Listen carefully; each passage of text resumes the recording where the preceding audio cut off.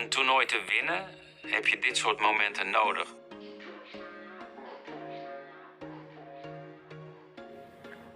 Halo bos. Pelatih Belanda marah-marah singgung banyaknya pemain Belanda dinaturalisasi Timnas Indonesia. Timnas Indonesia memiliki banyak pemain naturalisasi. Bahkan dalam pemanggilan untuk lawan Vietnam dan Irak terdapat 11 pemain yang dipanggil. Pelatih Belanda Ronald Koeman turut mengomentari isu tersebut. Menurutnya, Timnas Indonesia terlalu meremehkan diri sendiri karena banyak pemain lokal yang sejatinya memiliki talenta tersembunyi.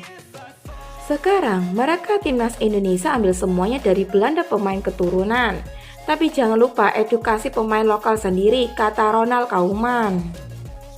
Saya mengikuti Timnas Indonesia dan lihat juga pemain-pemain Belanda banyak yang dinaturalisasi Erick Thohir. Timnas Indonesia mesti mengidentifikasi corak ciri khas permainan sendiri lewat talenta-talenta lokal yang perlu ditingkatkan, bukan mengambil pemain-pemain muda kami, ungkap Ronald Koeman. Saya rasa Indonesia punya pemain-pemain yang teknikal sekali, tetapi saat saya lihat pemain di timnas bermain, mereka sedikit lebih bertahan, kata pelatih asal Belanda itu. Sangat penting bagi Indonesia untuk membuat identitas sendiri, lalu selanjutnya harus berinvestasi di struktur dasar pembinaan usia muda sendiri. Timnas Indonesia akan mengarungi babak ketiga kualifikasi Piala Dunia 2026 zona Asia pada September 2024 hingga Juni 2025. Berhubung sudah sampai di fase ini, tak ada satupun tim lemah yang akan dihadapi skuad asuhan Sintayong. Tergabung di grup C, Timnas Indonesia satu grup dengan Jepang, Australia, Arab Saudi, Bahrain, dan Cina. 3 negara yang disebut di awal merupakan langganan tampil di Piala Dunia sejak 1998. Jepang yang selalu lolos ke Piala Dunia. Australia juga selalu lolos ke putaran final Piala Dunia semenjak pindah konfederasi dari OFC ke AFC pada 2005. Lalu dengan Arab Saudi selalu lolos ke Piala Dunia dalam 2 edisi terakhir. Sementara itu, Bahrain 2 kali mengikuti playoff pamungkas untuk tampil di Piala Dunia 2026 dan 2010, meski akhirnya gagal lolos. Terakhir, ada Cina yang pernah ambil bagian di Piala Dunia 2002. Kesimpulannya, 80% dari lawan Timnas Indonesia di grup C, babak ketiga kualifikasi Piala Dunia 2026 zona Asia berpengalaman main di Piala Dunia. Tak cuma berpengalaman, lawan-lawan Timnas Indonesia di atas juga masuk kategori tim papan atas dunia saat ini. Jepang dan Australia berhasil lolos ke 16 besar Piala Dunia 2022. Sementara Arab Saudi sukses mengalahkan Argentina di Piala Dunia 2022, tim yang akhirnya keluar sebagai juara. Nantinya, seluruh peserta grup C babak ketiga kualifikasi Piala Dunia 2026 zona Asia akan melakoni 10 pertandingan dengan rincian 5 laga kandang dan 5 laga tandang. Hanya 2 tim teratas yang lolos otomatis ke putaran final Piala Dunia 2026. Sementara itu, tim-tim yang finish di posisi 3 dan 4 masih bisa membuka peluang lolos ke Piala Dunia 2026 dengan ambil bagian di babak keempat kualifikasi Piala Dunia 2026 zona Asia. Demi bersaing di grup ini atau minimal finish keempat di klasemen akhir, Timnas Indonesia membutuhkan pemain diaspora tambahan. Tak bisa dipungkiri, kehadiran pemain diaspora sukses mendongkrak perform Timnas Indonesia. Timnas Vietnam yang dulunya menjadi momok bagi Timnas Indonesia, tiba-tiba menjadi tak berdaya semenjak skuad Garuda diperkuat Ragnar Oratmangun dan kawan-kawan. Dalam 3 pertemuan terakhir, Vietnam selalu kalah dengan total kemasukan 5 kali tanpa sekalipun mencetak gol.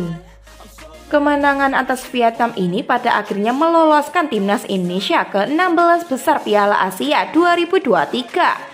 Dan babak ketiga kualifikasi Piala Dunia 2026 zona Asia. Saat ini, ada beberapa pemain diaspora yang masuk radar PSSI. Menurut manajer Timnas Indonesia Sumarji, penyerang VC Utrecht Ola Romani merupakan salah satu nama yang diburu PSSI. Yang salah satunya oleh Romani, Dia yang terus kami kejar supaya bisa membela timnas Indonesia, kata Sumarji. Lini serang timnas Indonesia terlihat kurang greget yang mana gagal mencetak gol dalam 3 laga terkini. Untuk mengatasi masalah mandulnya lini serang, timnas Indonesia dapat menggantung asa kepada Ole Romani. Penyerang 24 tahun ini bukan pemain biasa-biasa saja. Ole Romani pernah mencetak 11 gol di Liga 1 Belanda 2022 sampai 2023 bersama VC Emmen. Sekarang di masa pramusim bersama VC Utrecht, Ole Romani juga tampil oke. Terbaru, penyerang berambut pirang ini mencetak 1 gol dan 1 assist saat VC Utrecht menang 4-1 atas Rayan Qatar.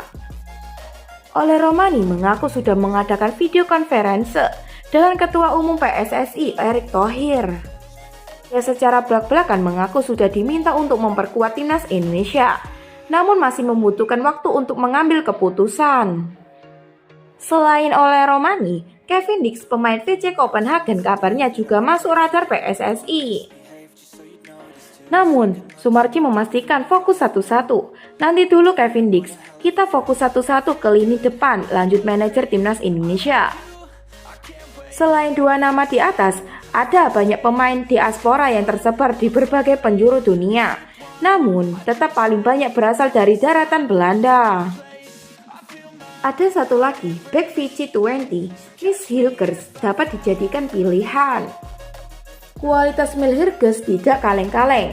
Berusia 22 tahun, Mil Hilgers muncul sebagai back andalan VC20, klub yang finish ketiga di Liga 1 Belanda 2023-2024. Ibu Miss Hilgers diketahui memiliki darah Indonesia. Sang ibu seringkali pulang ke kampung halamannya di Manado, Sulawesi Selatan.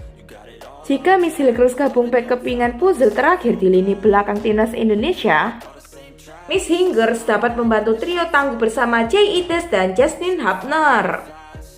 Jay Ites merupakan back andalan Venezia VC yang masuk radar Torino di bursa transfer musim panas 2024.